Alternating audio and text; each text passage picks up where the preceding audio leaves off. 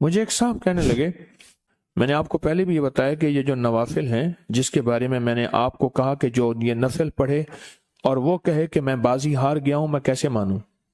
وہ کہے کہ میں بازی ہار گیا ہوں، میں کیسے مانوں؟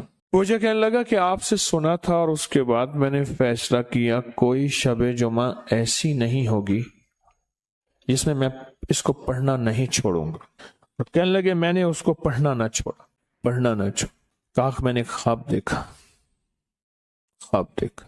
اللہ اکبر۔ کہا کہ حضرت صدیق اکبر، فاروق اعظم، عثمان غنی ہیں اور حضرت امام حسن ہیں، یہ چار ہستیاں ہیں اور ان کے پیچھے مجمع ہے جو محسوس ہو رہا ہے۔ بڑے بڑے صحابہ ہیں، اہل البیت ہیں، یا تبع تابعین اولیاء، بڑی ہستی ہیں۔ بس یہ مجھے کہنے لگے یہ چار ہستیاں محسوس ہوئیں۔ تو کہا ہر ہستی نے مجھ سے ہاتھ ملایا اور میں نے ان کا ہاتھ چوما، اور ہاتھ چومتے ہوئے ہر ہستی نے مجھے ایک بشارت دی، اور میں نے ان سے پوچھا آپ نے یہ مجھے بشارت کس لیے دی؟ فرمایا تو شب جمعہ میں 2 نفل نہیں پڑھتا، وہ آیت الکرسی اور اخلاص والے، وہ سب تک پہنچتے ہیں، وہ ہمارے پاس بھی پہنچتے ہیں، اور ہمارے پاس جو پہنچتے ہیں وہ بہت ڈھیر پھولوں کا ہوتا ہے، خوشبوؤں کا ہوتا ہے۔ کہا کہ پھر انہوں نے ایسے اشارہ کیا، دیکھا تو پھولوں کا ایک پہاڑ تھا، پھولوں کا کیا تھا؟ پہاڑ تھا، اور اس پہاڑ کے ساتھ خوشبو، اور کہا یہ پہنچتے ہیں۔ مجھے ایک صاحب کہنے لگے کوئی ایسا عمل بتائیں، کوئی ایسا عمل بتائیں کہ میں چاہتا ہوں میری 7 نسلوں میں رزق ختم نہ ہو، جو مہنگائی اور حالات اور پریشانیاں میں دیکھ رہا ہوں، کوئی ہے عمل؟ میں کہا بالکل ہے، اور میں نے اس سے کہا کہ یہ میرے پردادا کے پردادا کا عمل ہے، ان کا یہ عمل ہے، میرے پردادا کے پردادا کا عمل، جو ہماری خاندانی یادداشتوں میں یہ لکھا ہوا ہے، لکھا ہوا ہے۔ اور فرمایا اگر یہ کوئی بندہ کر لے، اللہ نسلوں کا رزق اللہ سے منوا لے۔ اور میں نے اس سے کہا خیال کرنا، رزق روحانی ساتھ منوانا، رزق روحانی ساتھ منوانا، ورنہ دولت، مال، چیزیں مل جائے گی جس کے بارے میں کہا جاتا ہے کہ بعض بندے ایسے ہوتے ہیں اللہ پاک ان سے لقمے نہیں چھینتا، سجدے چھین لیتا ہے، اللہ ان سے لقمے نہیں چھینتا۔ کیوں؟ رزق جسمانی دوسرے لفظوں میں مل رہا ہے، اور رزق روحانی اللہ چھین لیتا ہے۔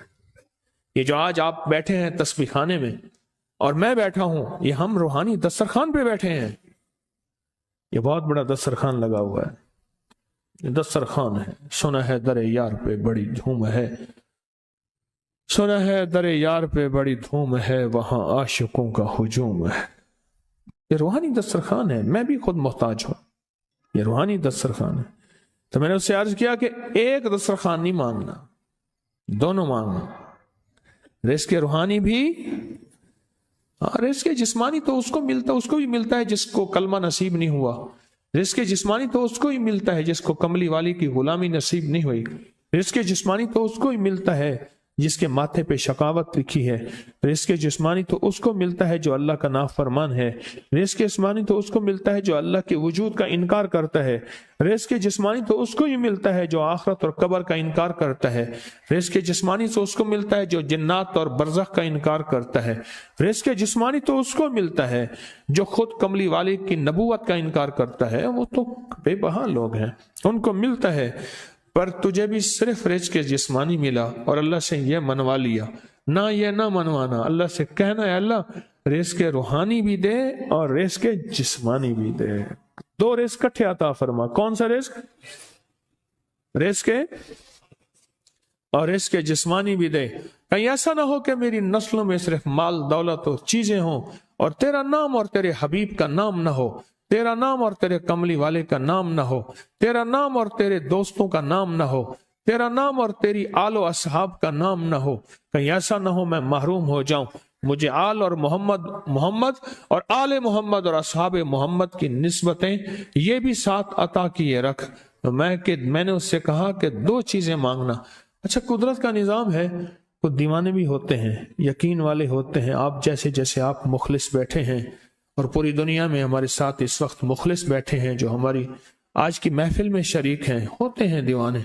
مجھ سے کہنے لگا ایک وقت ایک جگہ ہو بہت بہتر۔ میں نے اس سے کہا، میں نے کہا پھر بھی اگر ایک وقت ایک جگہ میسر نہ بھی ہو تو اگر عمل کسی وقت چوک جائے، عمل کی جگہ چوک جائے، عمل کا وقت چوک جائے، مجبوری میں نہ ہو تو بہتر ہے، پر توجہ نہ چوکے، دھیان نہ جائے، استحضار نہ جائے، یقین نہ جائے، اور سچا یقین ہو کہ میرا اللہ خود کہتا ہے یہ مانگنا بھی تو اسی نے دیا ہے نا، جب اس کریم نے مانگنا ہی خود دیا ہے تو عطا بھی خود کرے گا۔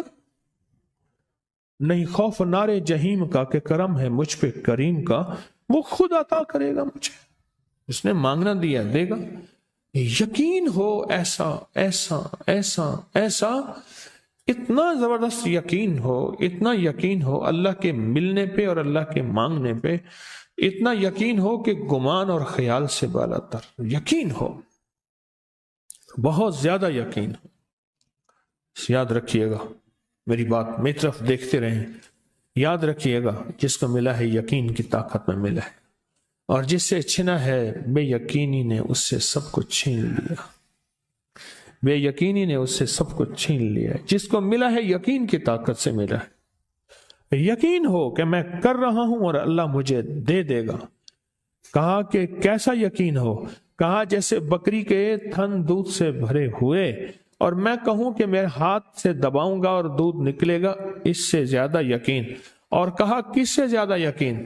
کہا کہ ایک بڑا نوٹ ہو اور بڑا نوٹ کے اندر جو ہے ایک آنے کی چیز آنی ہے، تو میں کہوں گا اس سے تو اس کی نوٹ کے اندر تو ہزاروں آنے ہیں، اور میں ایک آنے کی چیز، ایک ٹکے کی چیز لوں گا اور میرا کام بن جائے گا۔ اس سے زیادہ یقین ہو، اور اس سے کہیں زیادہ یقین ہو کہ سخت پیاس ہے اور میں پانی کو دیکھوں، اور پانی کو دیکھتے ہی مجھے یقین ہو کہ اس سخت پیاس میں میرا پیاس بجھ جائے گی، پیٹ بھر جائے گا۔ اس سے کہیں زیادہ یقین ہو۔